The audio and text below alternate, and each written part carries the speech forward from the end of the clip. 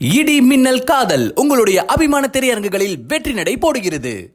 Delta விவசாயிகளை பற்றி முதலமைச்சருக்கு கவலை இல்லை என்றும் இந்தியா கூட்டணியால் ஒரு பயனும் இல்லை என்றும் அதிமுக பொதுச் செயலாளர் எடப்பாடி பழனிசாமி விமர்சனம் செய்துள்ளார். மயிலாடுதுறை அதிமுக வேட்பாளர் பாபுவை ஆதரித்து அவர் பேசியதை மகாயுத்த மேடை பகுதியில் தற்போது பார்க்கலாம். மத்திய அரசு இங்கே பல்வேறு தொழிற்சாலைகள் எண்ணெய் நிறுவனங்கள் இந்த டெல்டா மாவட்டத்தில் இருக்கின்ற நிலங்கள் எல்லாம் கையகப்படுத்துவதாக இருக்கின்றது. அதை தடுத்து நிறுத்த வேண்டும் என்று என்னிடத்திலே கோரிக்கை வைத்தார்கள்.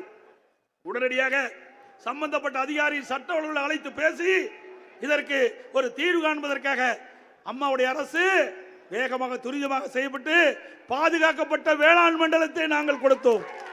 பாதுகாக்கப்பட்ட வேளாண் மண்டலம் சட்டத்தை அமுல்படுத்தி நிறைவேற்றினோம். விவசாயிகள் அச்சமில்லாமல் மேல் வாழலாம். இதே விடியா திமுக அரசு இன்றைய முதலமைச்சர் அன்றைய தினம் அமைச்சராக இருந்தார்.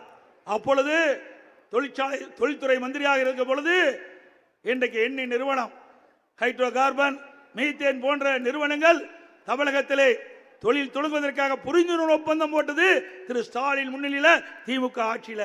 அதை தடுத்து நிறுத்தி சட்டமாக்கி இன்றைக்கு விவசாயிகளை பாதுகாத்தது அண்ணா திமுக அரசாங்கம். அண்ணா திமுக